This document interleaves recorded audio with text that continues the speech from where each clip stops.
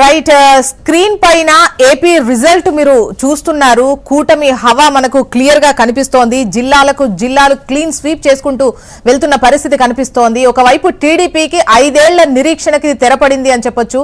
ఏపీలో కూటమి జోరు కనిపిస్తోంది. ముఖ్యంగా రాయలసీమకు సంబంధించి కూడా టీడీపీ ముందంజలో ఉన్నటువంటి సిచ్యువేషన్ కనిపిస్తోంది. మనతో మాట్లాడేందుకు సుందర్రాం శర్మ గారు వైసీపీ సీనియర్ నాయకులు సిద్ధంగా ఉన్నారు. నమస్తే అండి, welcome to the debate. Sundaram Sharma గారు నమస్తే అండి. సుందర్రాం శర్మ గారు, ఇది మీరు అస్సలు ఎక్స్పెక్ట్ చేయని రిజల్ట్ అనిపిస్తోంది. జోష్న గారు, నాకు ఒక్కటైతే ఏంటంటే ఫస్ట్ ప్రజా తీర్పు ఏ రకంగా ఉన్నప్పటికీ మనం గౌరవించాల్సిందే. కాకపోతే ఇక్కడ నాకు ఒక్కటే వస్తుంది అంటే ఈ యొక్క ట్రెండ్ చూసిన తర్వాత అంటే నేను ఇప్పుడు మీతో ముందర ఒకటి చెప్పాల్సింది ఏంటంటే 2019లో నేను వైసీపీలో లేను, కాంగ్రెస్ పార్టీలో ఉన్నాను. యాక్చువల్ గా 2019 ఎన్నికలు జరుగుతున్నప్పుడు చంద్రబాబు నాయుడు గారు చాలా సార్లు అంటుండేవాడు, ఎలక్షన్ కమిషన్ దగ్గరికి వెళ్ళి గొడవ పడటం, ఎలక్షన్ ఈవీఎంల మీద ఆయన మాట్లాడటం, లేకపోయేటట్టయితే ఏమన్నా మాకు రావాల్సినటువంటి తెస్తున్నటువంటిది భారతీయ జనతా పార్టీ వాళ్ళు అడ్డం పడుతున్నారు అని చెప్పటం. దాంతో ఆయన ఢిల్లీ కూడా వెళ్ళిపోయేసేసి అక్కడ ఎలక్షన్ కమిషన్ తోటి ఈవీఎంల మీద మాట్లాడి ఆ ఈవీఎంలు ఏంటి అనేటువంటి చూపించడం. ఇవన్నీ చేసినప్పుడు నేనేమనుకునేవాడిని అంటే అప్పుడు కాంగ్రెస్ పార్టీ కూడా గొడవ చేసేది, రాహుల్ గాంధీ కానీ వీళ్ళందరూ కూడా అనేవాడు. అయితే నేనేమనుకున్నాను అంటే అంత పెద్ద ఎందుకు అనుకుని ఊరుకున్నా, but I don't have any this one. కానీ మొన్న ఎప్పుడైతే చంద్రబాబు నాయుడు గారు 0.85% ఉన్న బీజేపీ తోటి అంత ఇది చేయటం, అంత తిట్టిన నరేంద్ర మోడీ గారి దగ్గరికి వెళ్ళి కాళ్ళ వేళ పడటం, లేకపోతే ఢిల్లీలో 3 రోజులు కూర్చోడం, ఇవన్నీ చూస్తే ఎందుకు ఈయన ఇట్లా చేస్తున్నాడు అనుకోవటం. రెండోది ఏమన్నా పవన్ కళ్యాణ్ గారు నన్ను తిట్టారు, ఇచ్చేశారు, ఎన్ని చేసినా ప్రాధాయపడి నేను కూటమిని ఏర్పాటు చేశాను అంటాం. ఒకటి మాత్రం మనం అందరూ యాక్సెప్ట్ చేయాల్సింది ఏంటంటే ఈ యొక్క ఏదైతే ఇప్పుడు కూటమి జరుగుతుందో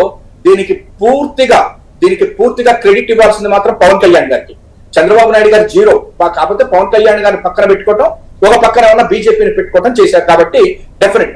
అయితే నాకు ఇవాళ ఒకటి ఏంటంటే మీరు ఇప్పుడే రాయలసీమ అన్నారు, జస్ట్ ఇప్పుడు ఐ రియల్లీ సర్ప్రైజింగ్ అనమాట. ఎందుకనంటే అసలు అట్లా ఆంధ్రప్రదేశ్ లో మన 2019 ఇప్పుడు వస్తుంది తప్ప ఇంతకుముందు ఎప్పుడు లేదు. మీరు చూసారో లేదు, ఇంతకుముందు ఇంత లేదు.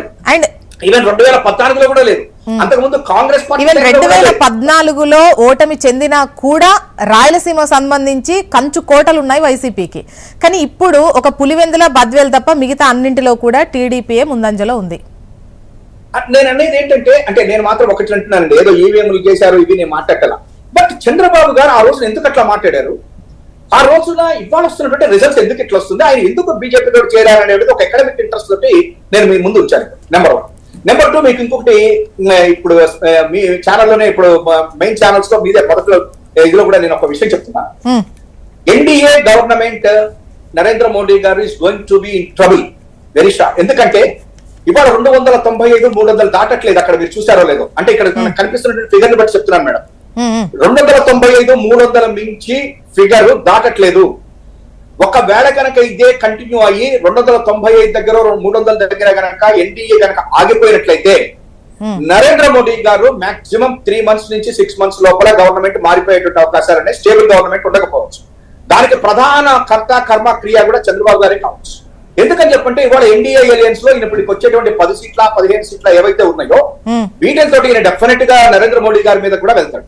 ఎందుకు వెళ్తాడు అని చెప్పారంటే ఈయన మోడీ గారు జగన్ గారి మీద ఎంత కోపం ఉందో మోడీ గారి మీద కూడా అంతే కోపం ఉంది.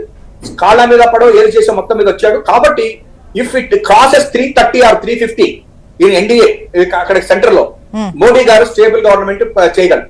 ఒకవేళ కనుక ఇది 300, 310 దగ్గర కనుక ఆగిపోయినట్లయితే విత్ ఇన్ 6 months నుంచి 3 months నుంచి 6 months లోపల ఎన్డీఏ గవర్నమెంట్ విల్ బి డిస్టెబిలైజ్డ్. అది నేను అనుకుంటున్నటువంటిది చెప్తున్నాను జోష్న గారు. ఓకే, ఒకసారి మనం అప్డేట్ తీసుకుందామండి. అనంతపురం నుంచి మా రిపోర్టర్ ప్రవీణ్ సిద్ధంగా ఉన్నారు అక్కడ రిజల్ట్ కు సంబంధించి వివరాలు అందించేందుకు. ప్రవీణ్, రిజల్ట్స్ ఎంత